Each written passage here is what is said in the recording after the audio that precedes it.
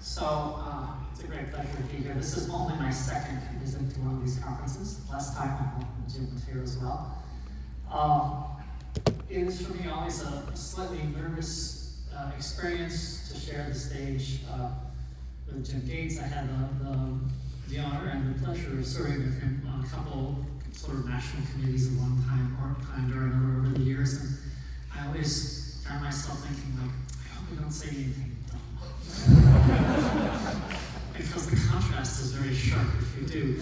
I remember thinking, like, you're sitting in these meeting rooms and you sit around a table and everyone sort of takes turns saying what they think. And I always preferred it if he went after me because of a certain generosity of spirit he has, which is, I would say something dumb, and he would say, yeah, at Eric's point, which I think is sort of along these lines, and he would say something clever, and I was like, yeah, that was my point.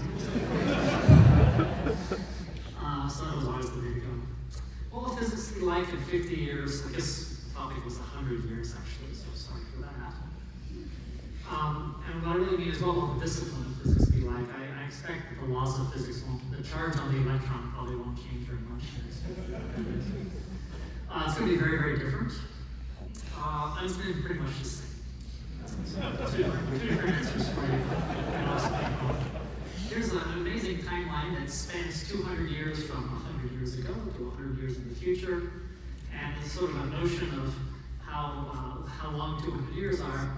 You take a sort of an idea in physics that captures everyone's attention. For instance, high critical temperature superconductors were a huge deal in physics and still are a big deal in physics, but their sort of heyday lasted 10 or 15 years, and you can see some tiny little bump in that length of a time scale. A sort of more longer lasting idea, which is the idea in physics, which is that the smaller the particle, more fundamental to physics, more interesting to physics, was an idea which has had a very, very long run, peaked probably in the 1970s, and has come down a little bit in fashionableness since then, partly because of the difficulty of making really big accelerators. There's a long ways to go yet, but what I just want to emphasize is that there are no individual topics in physics which seem to have the sort of lifetime that spans over a couple centuries, which is what you might need to have if you wanted to talk about what was going on in 2122. I put this up partly because I was thinking about the Nobel Prize, which was announced a few days ago, which had to do basically with what I would call new generation quantum mechanics, or quantum 2.0. That second little bump there was John Clauser's experiment. The third little bump was Alan Astay's experiment, and the rising curve there is all the developments in quantum information and quantum technology and so on, quantum cryptography, what have you. And you might think, well, that's going to go on for a long time, and it might. And I say it might or it might not, and I don't say that out of either optimism or pessimism about this quantum technology, but just about sort of where physics fits in the technology food chain. In the 1940s, if you had been or 50s, and you had been interested in semiconductors and transistors, you would have been very, very right to be optimistic about that. But by the late 1960s or 70s, physics, we still work in semiconductors, we're still interested in semiconductors, but it became so successful, so technologically relevant, that it was sort of gobbled up by huge companies that now sort of generate 1 trillion transistors on a chip or something like that. It was sort of taken out of the hands of physicists who are tinkerers and not massive integrators, usually by trade. So that might happen in quantum technology too, is it might actually work great, and yet still, in 20 years, physicists may not be doing it very much any more than we are currently doing transistors, even though there are billions and billions of transistors for every person on this world. Another trend that sort of came and went in physics is what I would call the gatekeeping process of pure physics. There was, in the 1910s and 20s, physics incorporated a lot of things, and then people started to say, we really need to focus in on what exactly physics means. And a lot of things were sort of kicked out of physics, meteorology, and where I went to all sorts of things which really, really interesting topics. Where I went to college, even solid-state physics was considered, sort of back in the 50s, well, that's not really physics. We'll put that in the applied physics department. where I went to college was lucky enough to have been sensible enough to put that in the applied physics department and not gotten rid of it altogether, because by the time I got to college, which was in the 80s, condensed matter physics, as it was then called, had sort of kind of expanded and incorporated much of the rest of physics, and indeed, most of the physicists that you might have heard of in the faculty when I went to college were in the applied physics department and otherwise. So it was a good thing to throw them out altogether. I think that idea kind of came, this idea of we need, like, physics has to be only about a very particular set of ideas, has now become, I'm happy to say, a very unfashionable notion. And instead, I think of hyphenated physics, astrophysics, geophysics, biophysics, chemical physics, climate physics, even econophysics are growing as I think they ought to be, because the physics and the interspecies between different areas is where so much of the exciting stuff is going on, in my opinion.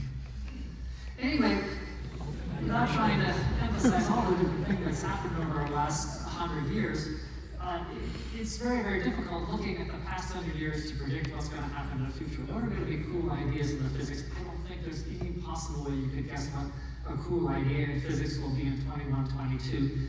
And I realized this can be a scary notion. Here you're all going into physics, and you don't even know what physics is going to be in 20 years, much less than 100 years. And that is a little scary, for sure. So it's possible you should consider some career in some sort of profession which is not going to change very much. Medicine, oh, sorry, no, medicine's going to be very different. Law, oh, forget about law. Aviation, there probably won't even be pilots in another 15 years. Manufacturing, God knows that's changed so much in the last 15 years, who knows where it's going. Software, probably software will write software, and software will write software will write software. Well, you might be able to write a restaurant, but I wouldn't swear to it. So basically what I'm going with is like, sorry, yeah, it's going to be a little scary going into physics because no one knows what's going to be like, but there aren't really any exceptions to that. This is just how it's going to be.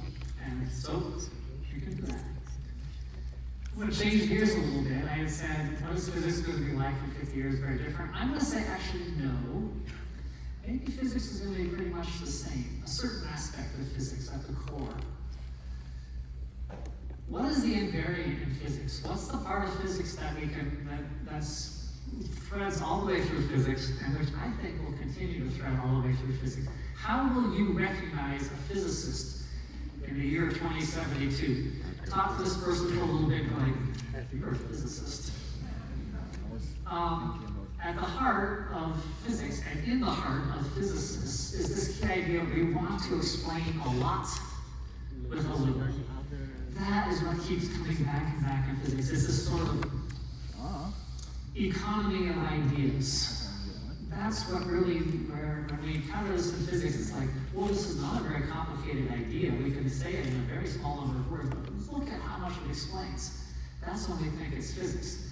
And it's true, by the way, that is not only the purview of the physicists. That happens elsewhere in science too, not just in physics.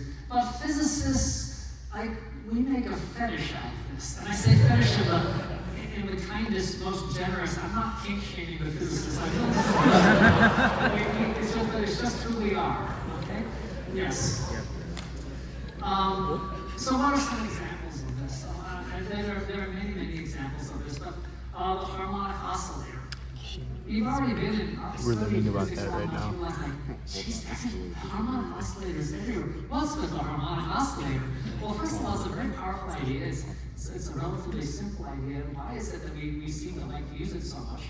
Well, imagine that we've got some potential. The potential is very, very, very complicated. I think, oh, we have to do some elaborate numerical methods to understand how the particle is moving around in that potential, but oh, let's just go ahead and for the fun of it do a Taylor expansion. We learned how to do that. There's some math. And then, like, well, you know, the constant term, that doesn't give us a force. That can't be very important. And that linear term, well, if we had a linear term, we'd probably pick our origin in the wrong place. Let's pick the origin someplace where there's no slope, and so there's no linear term. And then if we don't move very far, those other terms are kind of irrelevant. And oh my God, our potential is just a harmonic oscillator. Hey, done. I don't care how complicated your potential is. Most of the time it's a harmonic oscillator. That's why these ideas keep coming back. back. It's not just because someone figured out the math was easy, although it's pretty easy. Andy Noether, for every symmetry, a conserved quantity. This is one of these amazingly powerful ideas. Dates back to 1916, 1918, something like that. You may not have encountered it yet in your classes, but it's an immensely enabling idea. Basically, anytime you see a symmetry in nature, there's a corresponding conserved quantity. Powerful idea that keeps coming back and back and back. If, for instance, if you move through space and you translate along space and everything you see seems to be about the same, that tells you momentum is conserved. If you go through time, if things aren't varying as you go through time, energy is conserved. If you notice that every direction you look in looks about the same, then angular momentum is going to be conserved. If that proves to be true only along one axis and not on the other, then axial angular momentum is the conserved quantity. If you have a very, very complicated potential, which is very difficult to understand, but you notice that it repeats periodically, whether periodically or space or time, you know that something which you may not have encountered yet, but which you will, is that there's a quantity called crystal momentum, which will be conserved. These are the things that sort of pops out of Andy Noether's head and continues to be one of these ideas which is so enabling. It's one of my sort of a list of like 15 ideas you need to have in physics in order to explain like almost everything. This epic struggle, I call this idea the epic struggle idea. What does nature care about? Does it care about minimizing energy or maximizing entropy? If I reach into my pocket and pull out a bunch of marbles and throw them up in the air and wait for a little while, I will notice that the marbles are all on the ground. That's minimizing energy, right? But I'll also look down there and I notice the marbles will not be in like a 10 by 10 pattern, they'll be scattered all over the place. If instead I take some molecules and throw them out, take a bunch of molecules, throw them out, they actually will not be in the ground, they'll kind of raise all the way up and down, but if the temperature gets a little colder, the molecules will stay down near the bottom and eventually they'll stick together. If they spread out across the whole room, that's like the most entropic, disorganized thing. If they're all sitting on the ground, that's the most energetically favorable thing. What really matters there? This sort of epic struggle between energy and entropy. What figure of merit we want to minimize? Because we have our, we can call it physics of, we can set our figure of merit equal to the energy. Well, nature does want to minimize energy. We can set it equal to the negative of the entropy, and nature does want to maximize entropy, so if we maximize entropy, we minimize this figure of merit. Or we can put them together with some sort of compromise, some sort of trade-off. It's called a trade-off T. And then we find out, oh yeah, what we really want to do is somehow come up with a minimum value of this energy minus the temperature times the entropy. This idea of physics, basically all finite temperature physics is about minimizing the free energy, is an immensely powerful idea.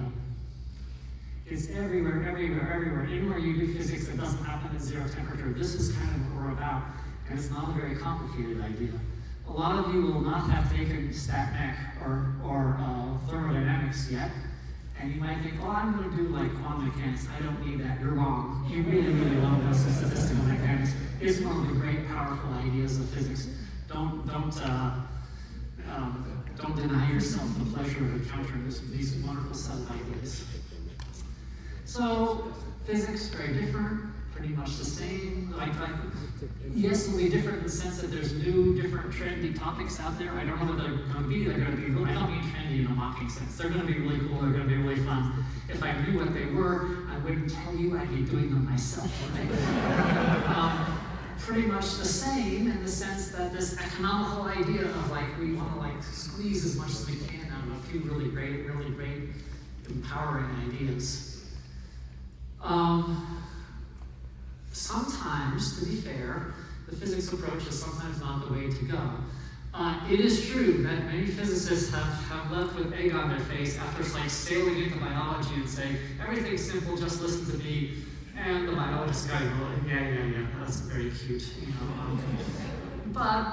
So it's a good thing that, all I'm saying is a good thing not everyone is a physicist. In history, this idea that I'm going to explain everything with two ideas is not all that successful approach, really. So it's a good thing that not everyone is a physicist, but it's a good thing that some people are physicists. I'm glad that you're all becoming physicists and are physicists. So you say, fine, I'm ready to embrace my change. Embrace change in my physics career. How do I prepare for it? You're going to have to specialize because that's just the way it is with science. No one can understand everything. But as you specialize, don't sacrifice your curiosity, your sense of fun. Work on your communication skills. Don't think, oh, I'm a scientist, I don't have to read or write or speak clearly. That's going to be wrong. Try having maybe hobbies. I'll come back to that. But it's really useful to have, like, I'm actually not talking about baking bread or making beer, although those are great hobbies. I'm sort of talking about having, like, little ideas off on the edges of your science that you sort of follow. Like, when there's an article in the newspaper, you say, oh yeah, this is one of those things I follow out there. It's helpful to have these things in order to take you outside of yourself. And remember who you are. And who are you? I'll tell you. I want to discourage you from thinking to yourself, I mean, yeah, when you fill out your resume, when you're applying for a job, you might say, I'm a semiconductor scientist, or I'm a quantum information physicist, or something like that. And you have to do that because you have to have a job and all those sorts of things. But when you think at your heart, who are you?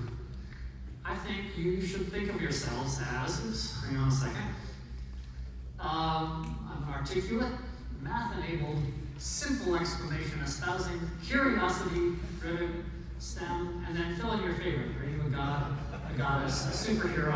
I'm going to let you pick your own word there from among those things. What is it? And basically, you are a physicist. And I feel like I want to end on it, and I'm actually going to look for an affirmation from the crowd. Young physicist, who are you? I am an articulate, math-enabled, simple explanation espousing curiosity-driven God, a physicist.